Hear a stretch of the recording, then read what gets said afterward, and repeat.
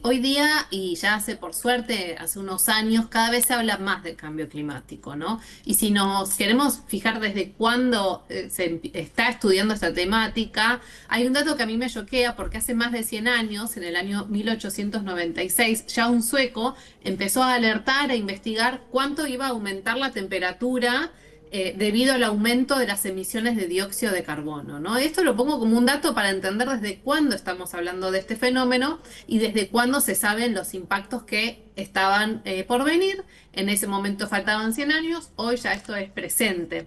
Y así todo, si bien desde ese momento hasta el día de hoy se trabajaron en distintos grupos científicos, políticos, de sociedad civil para hacer frente a esta temática, vemos que los efectos los seguimos viviendo, ¿no? Y están hoy más presentes que nunca en Argentina con las olas de calor, los incendios, etcétera, etcétera. El tema es que, desde mi punto de vista, no estamos realmente avanzando de manera lo suficientemente avanzada, lo suficientemente rápida y acelerada en encontrar las soluciones y en activar lo que se llama como un cambio de mentalidad, de mindset, que nos permita realmente generar las condiciones sociales y comunitarias necesarias para hacer frente a estos impactos y para revertir el camino en el que estamos yendo, ¿no? Y ahí es donde entra el bienestar, porque asociado a estos impactos y a estas alertas y a estas noticias que vivimos diariamente de los impactos del cambio climático, empezó a surgir también algo que es la ecoansiedad. Y es esta sensación de cuando estamos tan inmersos en las problemáticas, ver que este problema parece tan gigante, tan enorme, que es difícil de enfrentar. Entonces eso genera indefectiblemente una ansiedad en quien lo está viviendo y viendo las dos cosas, que hace muchas veces que o te paraliza, es decir, te sentís imposible de avanzar, de hacerle frente, o te hace que te retires también, que decís, no, esto es imposible, me alejo de esta situación. Y así como hablamos cada vez más de crisis climática, también hay otra crisis que está cada día más presente en los medios de comunicación, en las conversaciones de café o de mate en nuestro país, que es la crisis de bienestar y de salud mental. Y en ese sentido, incluso la Organización Mundial de la Salud ya alertó y ya mencionó que 1.000 millones de personas padecen algún tipo de problema vinculado a su salud mental, ya sea estrés, depresión, ansiedad, y esto en todas las edades. Y cuando empezamos a escuchar y internalizar y interiorizarnos de estas dos crisis, encontramos muchos puntos en común, lo que yo llamo el efecto espejo. Cuando hablamos de la crisis de bienestar, de las recomendaciones que nos dan para hacer frente a estas situaciones, seguramente les resuenan, que son conectarnos menos en redes sociales por lo adictivas que estas son, estar más en contacto con la naturaleza, fortalecer nuestros vínculos humanos con nuestros seres queridos, nuestras amistades, con quien tengamos al lado, no tienen por qué ser millones de personas, ¿no? Alimentarnos mejor, porque también está estudiado cómo nuestra alimentación modifica los neurotransmisores que generamos y modifica nuestro estado de ánimo o puede favorecer que suframos de uno de estos padecimientos, ¿no? Esos son algunos de los consejos más comunes cuando hablamos de bienestar. Y Bueno, también hay, sí, te escucho, no, Pedro. no, agregá ese concepto que pensabas decir y después te consulto sobre el triángulo de la salud que parecería ser ahora un cuadrado, pero ya vamos con eso, dale. Dale. Y por otro lado, cuando hablamos de cambio climático, de crisis climática, crisis ambiental, vemos también las recomendaciones que quienes trabajamos en el tema damos más seguido, es conservar los ecosistemas, proteger la naturaleza y modificar los patrones de producción de alimentos, que son dos de los grandes ejes para hacer frente a la crisis climática. Bien. Ahí se ve el espejo, Sí, ¿no? Es el mismo sentido. no es fácil eso que dijiste al último, es un desafío enorme. Si bien hay un proceso, las grandes corporaciones por momentos, en algunos casos, empiezan a mover su estructura hacia una producción un poco más amigable con el ambiente, en algunos casos es más difícil. Sí, son pequeños hábitos también de ir incorporando hasta en uno mismo, desde su caso, desde la rutina, bueno, ir incorporando estos pequeños hábitos. Exacto, hay muchos cambios que obviamente van a corresponder al ámbito de la política, de los gobiernos, al ámbito del sector privado, como vos estabas mencionando, Pedro, y también hay desde dónde pulsamos el cambio que queremos, ¿no? Que ese es el abordaje que yo estoy proponiendo en la comunidad climática y ambiental. Es decir, desde dónde queremos que estos cambios se generen, desde un miedo hacia un futuro de colapso o hacia un deseo de querer estar mejor y entender qué es lo que en el fondo realmente nos hace mejor, según la ciencia, ¿no?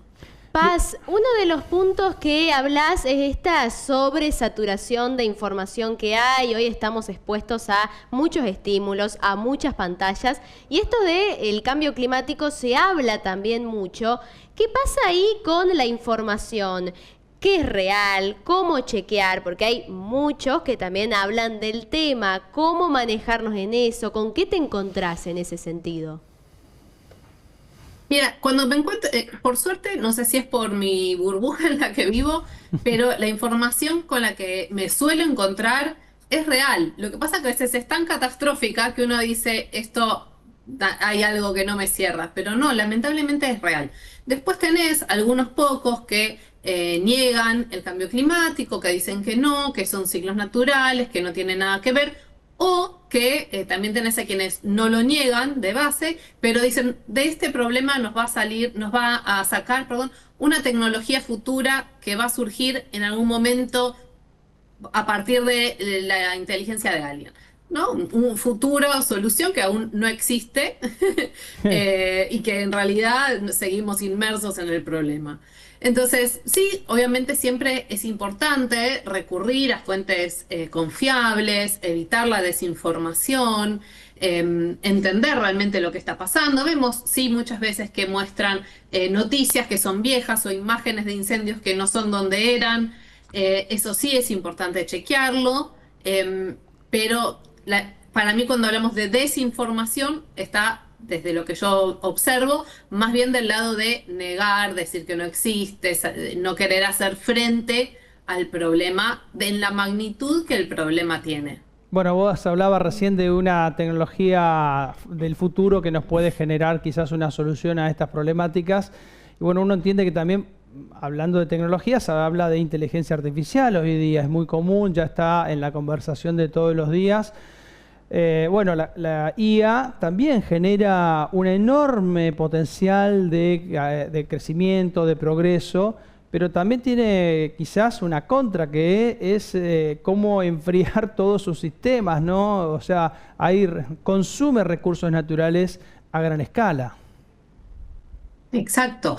La cantidad de recursos, como vos mencionabas, que se requieren, que consumen, y a la par es muchas veces el para qué. O sea, no vamos a traer un discurso anti-tecnología o anti-desarrollo, pero sí pensar en qué tipo de desarrollo, para qué lado queremos ir. Y hoy día hay incluso muchas políticas y muchos movimientos que están empezando a surgir.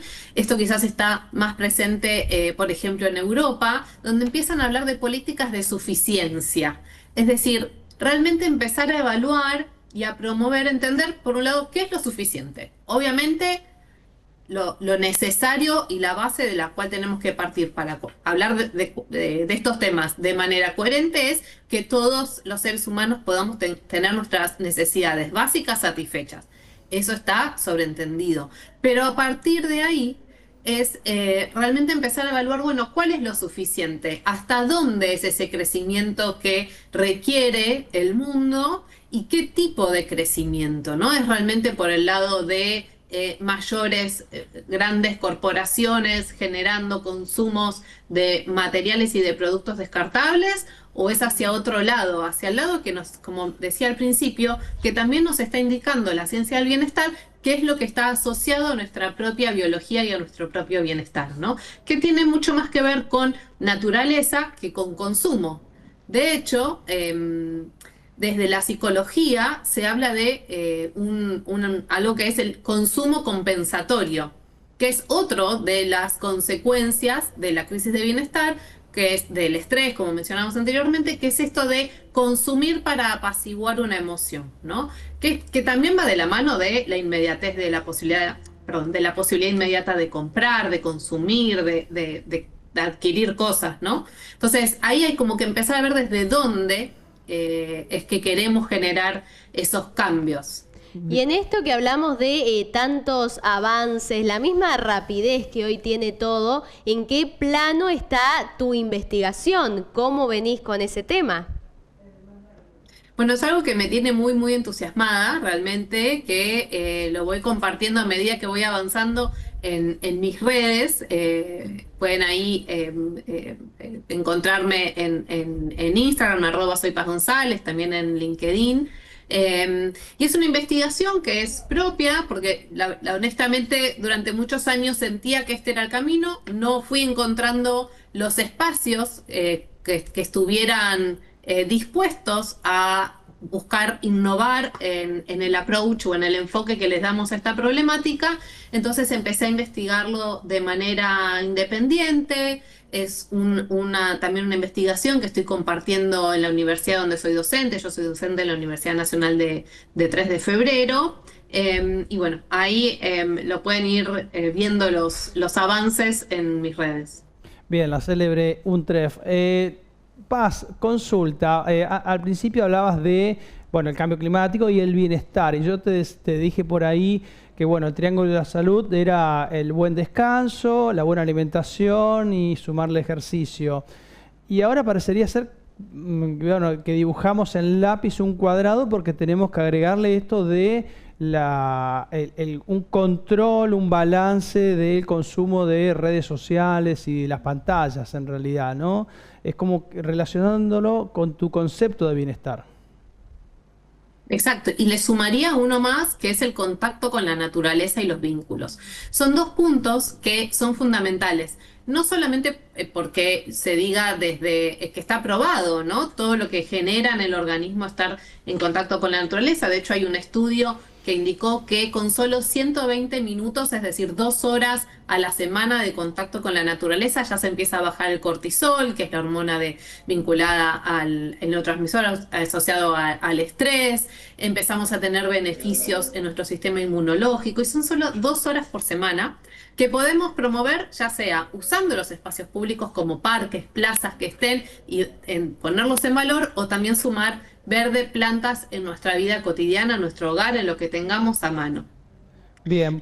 Y ahí, entonces, eso es naturaleza. Y por otro lado, y con esto ahí ya les paso, es el tema de los vínculos, que es fundamental. Y mismo desde la ciencia de la crisis climática, algo que siempre los científicos nos alertan es la necesidad de generar comunidad, de generar movimientos unidos que puedan desear estos cambios y promover estos cambios.